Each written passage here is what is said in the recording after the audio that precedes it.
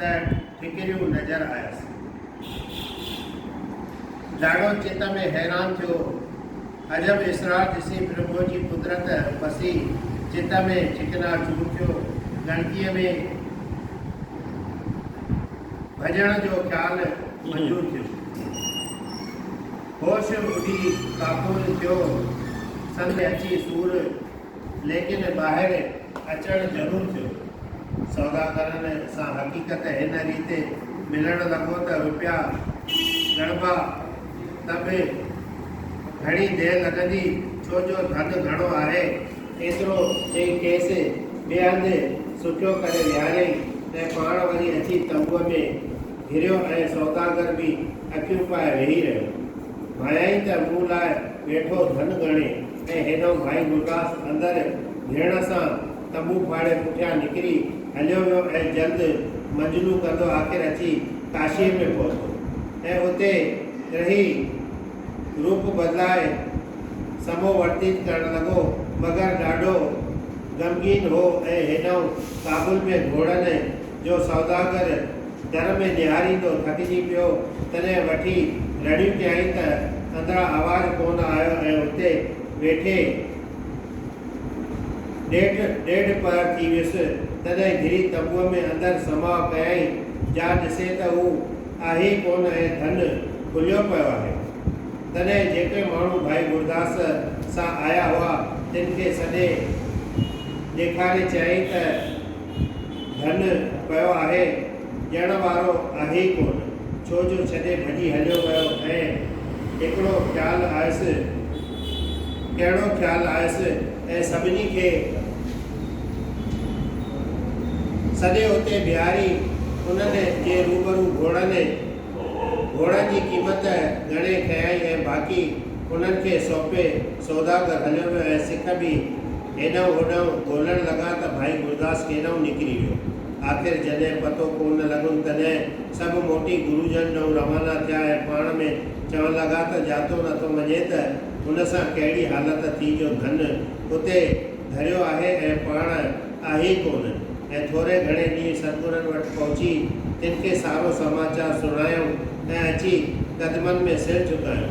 सतगुरनि तॾहिं ॼातो त इहा प्रभु जी माया हुई, जा ॾिसी हुनजो चित भरमियो ऐं सिखनि खे छॾे भॼी वञण लाइ तयारु थियो।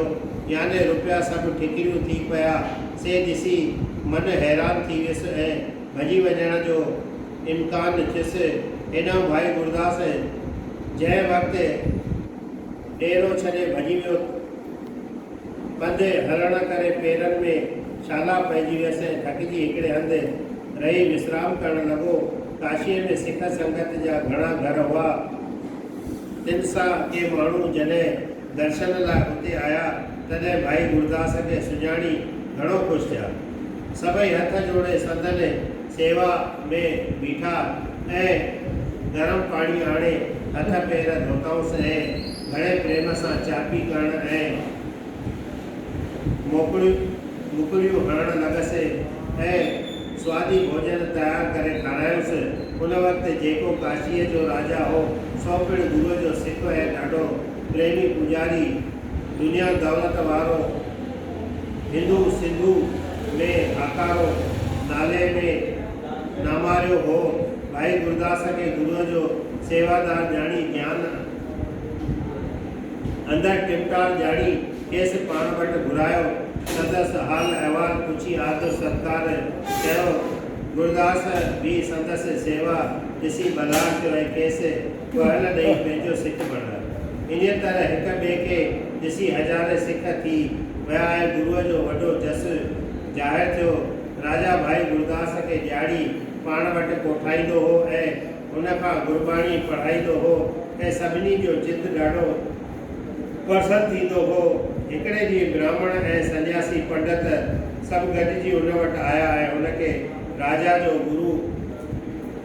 गुरु ॾिसी लचाइण ऐं पंहिंजे मत में आणण लाइ चवण लॻा त ही शिवपुरी आहे जंहिंमें हिन वक़्तु तव्हीं रहो था, तंहिं करे तव्हांखे उनजो ई दास थियणु घुरिजे।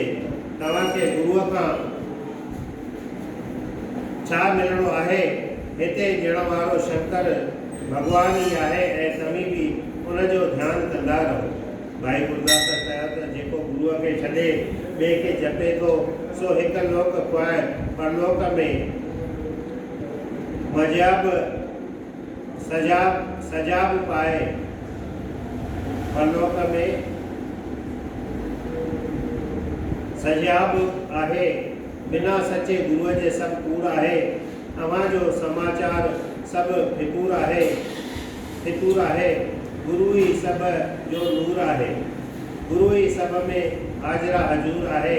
गुरुअ मंझां ई सभु की आहे। अवी अजायो छो था भरमायो।